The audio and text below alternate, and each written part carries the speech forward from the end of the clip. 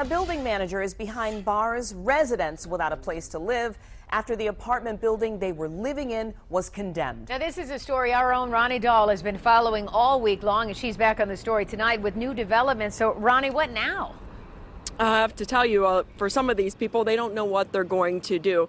You know, because even though their apartments didn't have running water, the apartments were not up to code for them. It was still home, a place to lay their heads at night. Well, at a moment's notice, they were told to get out. And for them, they are the innocent victims of a disappearing property owner and a fraudulent building manager. What am I supposed to do? I would take him. What I would take my brother to?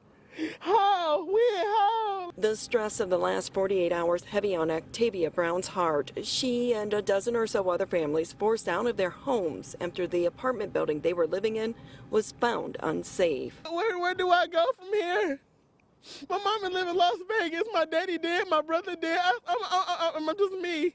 It's just me. That's it. And my child. And she don't deserve this. No child deserves to not know where they're going to sleep tonight. The ordeal began Tuesday when the apartment building next door caught fire. A search for the owner revealed he also owned the apartments next door. A building crumbling, not up to code, and with no running water.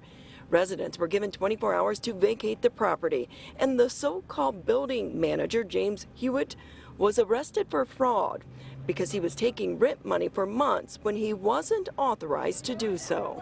Do you want to say anything to the residents at all?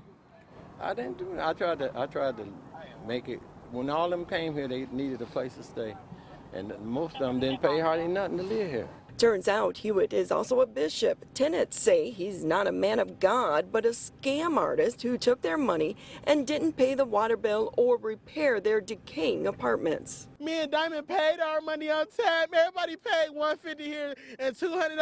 Don't mean nothing. It don't, and it's not fair. Which brings us to today. Those who could find another place to live on a moment's notice packed up their belongings to start over. Others sat and waited until the police came and time ran out. I lose everything. I gain nothing. I lose everything being righteous. And I took it to deserve this much bad luck. It's not right. It's not. It's not right at all. It's not right, and they are the innocent victims in all of this, and now they have to figure out what they're going to do next. The Detroit Rescue Mission was out here today. They're back out here right now.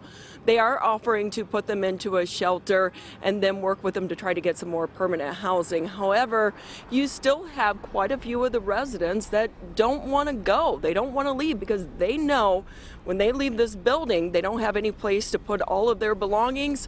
Well, there's a good chance their belongings won't be here when they come back because people have already started to break into the buildings and loot this place. For now, we're live on the city's west side. Back to you. You know, Ronnie, that was my next question, and you just answered it. At least the rescue mission is out there. Wondered about the American Red Cross, but at least they have the rescue mission where they can at least get some shelter shortly. Yeah, and the American Red Cross was out here on the day of the fire to help with the residents of the other building that did catch fire. So they were able to get some of them into a hotel for a night or two. You just have to, your heart breaks for them. You know, these people, you don't have money. I mean, most people would have a hard time coming up with a place to live in 24 hours, and you have to take all of your belongings. I mean, it's hard enough, and they just paid this guy their cash, and everything's cash under the table, and where do you start over? And so it's either a shelter or even possibly their car. I mean, you see some of them have their stuff out on the curb. They're at a wit's end, and it's a sad story out here, I'll tell you that. Yeah, certainly heartbreaking, and you know, it's hard to put it into words. Thank you so much, Ronnie. To hear her say